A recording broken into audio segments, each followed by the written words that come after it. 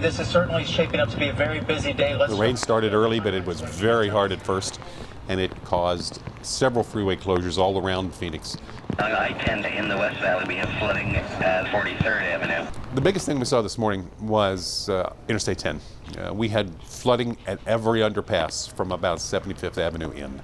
I-17 was backed up quite a ways because it was closed into school. Everybody had to get off. Southbound, we had a closure in the Durango curve between Grant and 19th Avenue. We then had to close off a section of State Route 51 at Cactus in both directions because there was flooding in the underpass. Throughout the course of the morning, we also had closures on US 60. It was an amazing morning. We've never had this many people in all of our equipment responding. The alert crew did respond, but needed far more people to go out there and do the work. So we called our roadway crews, and that wasn't enough. We called out our landscaping folks. That wasn't enough. We had a dozen people from Enforcement Compliance Division, and we also had about a dozen construction inspectors volunteer to help with the closures. The communication to the outside world from here worked very well to help facilitate that. Please switch over to Alert West to assist with Alert West in the I-17, I-10. The operators post information to the message boards called DMS boards. They put up those boards very early this morning. They were changing them as necessary throughout the course of the morning.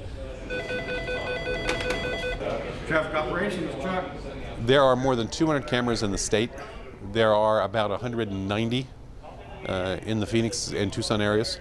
We can see exactly what's happening, and then we can communicate that to our crews so they can get out there and do their job as quickly as possible. But also from the communications aspect, public information officers here are reaching out to the public, and we can tell them exactly what's happening by looking at these cameras, what lanes are blocked, what lanes are open, how bad is the delay. Got 2 more cars that need to be picked up. Yeah, we saw them. Much more hectic this morning than a typical morning, but I think the good news is it worked. Information got out the way it needed to get out, and a lot of people stayed home today. We do appreciate the patience of our motorists, because we're doing everything we can to make sure that roadway is open. It's our mission. It's what we do.